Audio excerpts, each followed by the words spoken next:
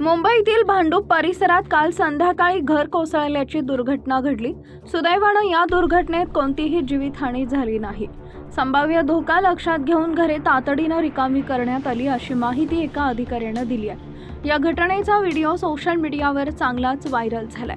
मिळालेल्या माहितीनुसार भांडूपच्या खिंडीपाडा भागात ओमेगा हायस्कूलच्या मागे असलेल्या घराची भिंत कोसळली। संरक्षक भिंतीला भेगा पडल्याने घर कोसळल्याचे सांगण्यात आले। या घटनेचा व्हिडिओ रहिवाशांनी आपल्या मोबाईलमध्ये रेकॉर्ड केला। त्यानंतर हा व्हिडिओ सोशल मीडियावर व्हायरल झाला। या व्हिडिओत दिसत आहे की सुमारे 50 फूट उंच असलेले या टेकडीभोवती एक बांधण्यात आली होती, जी सततच्या पावसामुळे कोसळली।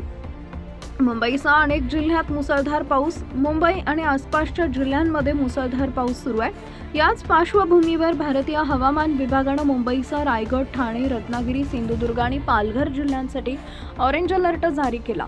सततच्या पावसामुळे शहरात अनेक ठिकाणी पाणी साचलंय।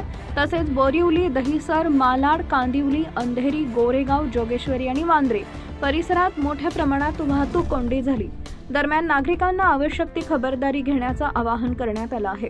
पालघर जिल्ह्यात गेल्या काही दिवसांपासून पावसाची संततधार सुरू आहे आणि आजही पावसाचा जोर कायम आहे।